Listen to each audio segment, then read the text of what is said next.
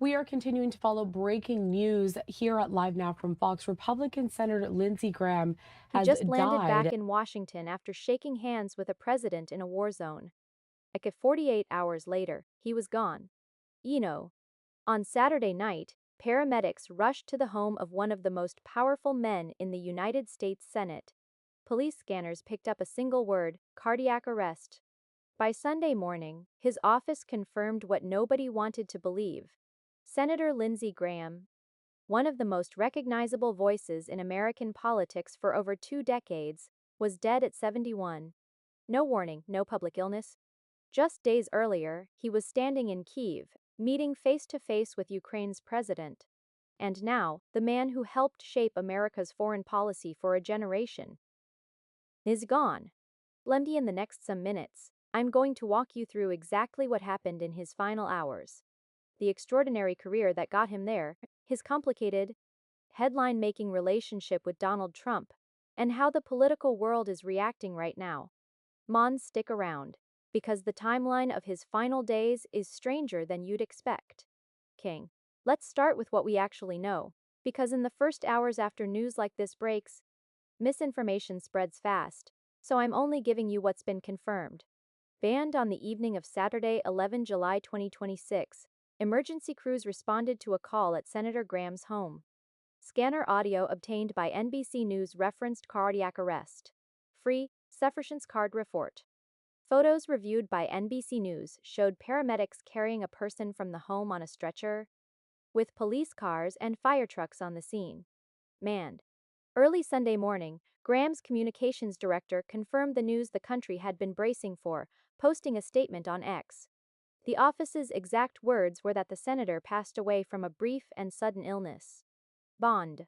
The statement continued with a request that has become painfully familiar in moments like this.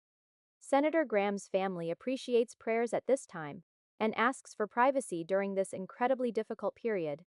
Bond. No further details have been released about the specific medical cause. Autopsy findings. No hospital statement. Just the confirmation that one of the most consequential senators of the last 25 years is gone. He was 71 years old. And here's what makes the timing so jarring. This wasn't a man who'd stepped back from public life. Just days before his death, Graham was overseas, deep in one of the most sensitive diplomatic missions of his career. In the days leading up to his death, Graham had just returned from Kyiv, Ukraine, where he met directly with Ukrainian President Volodymyr Zelensky. If you've followed Graham's career at all, this will not surprise you. Foreign policy, and specifically hawkish interventionist foreign policy, was the defining thread of his entire political life. Wern ton Fur. He was one of the loudest voices in Washington, pushing for continued American support for Ukraine's war effort. He was also one of the most vocal defenders of Israel in the Senate, I-4, and had recently been outspoken about supporting military action against Iran. So, this final trip wasn't a farewell tour, it wasn't symbolic. It was Graham doing what Graham had done for over 20 years, showing up in person, in the middle of geopolitical crises, positioning himself as a bridge between the U.S. government and America's foreign allies. He came home, and within days, he was gone. There is no indication, none, that the trip is connected to his death. His office has described the illness as sudden and brief, nothing more. But the juxtaposition is hard to ignore. Whether for Freer, a man who spent his final active days standing in a war zone, advocating for a foreign ally, dying quietly at home from a medical emergency almost nobody saw coming. To understand why his death is sending shockwaves through Washington, not just South Carolina, you have to understand who Lindsey Graham actually was, and how he became one of the most powerful men in the Senate. Lindsey Olin Graham was born on 9 July 1955, in Central, South Carolina, meaning he had just celebrated his 71st birthday 2 days before his death. His story doesn't start in politics. It starts in tragedy. Ben Graham's parents ran a small restaurant, bar, and pool hall in their South Carolina town. When Lindsey was just 21 years old, His mother died of Hodgkin's lymphoma at 52, age 15 months later. His father died of a heart attack at 69. In the span of about a year, Graham lost both parents and became the legal guardian of his 13-year-old sister, Darline. He later said those early losses forced him to grow up fast.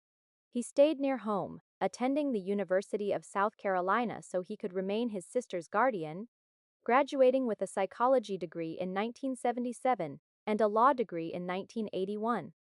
Oh, Kyle. From there, Graham commissioned into the U.S. Air Force's Judge Advocate General's Corps, the JAG Corps, working as a military chiefly purposes. Chishan, nar elation. Air Force's Judge Advocate General's Corps, defense attorney, and eventually as the Air Force's chief prosecutor in Europe. He would go on to serve in uniform for more than 30 years. In total, between active duty and the Air Force Reserve, retiring as a colonel and later receiving a Bronze Star for meritorious service. His political career began in the South Carolina House of Representatives in the early 1990s. In 1994, he flipped a U.S. House seat, becoming the first Republican elected from South Carolina's 3rd Congressional District since the 1870s. He served in the House through the late 1990s, where he became a nationally known figure during Bill Clinton's impeachment trial, serving as one of the House managers who prosecuted the case in the Senate. In 2002, Graham was elected to the U.S. Senate, taking office in 2003 and holding that seat for the rest of his life, winning re-election multiple times, most recently securing his party's nomination for what would have been a 5th Senate term this November.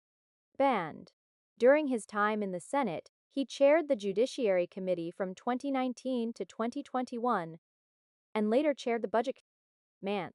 He briefly ran for the Republican presidential nomination in 2015 before dropping out ahead of the primaries. But if you ask most Americans what they remember Graham for, it's not committee chairmanships. It's his relationship with one man, a relationship that went through one of the most dramatic political reversals in modern American politics. Dian.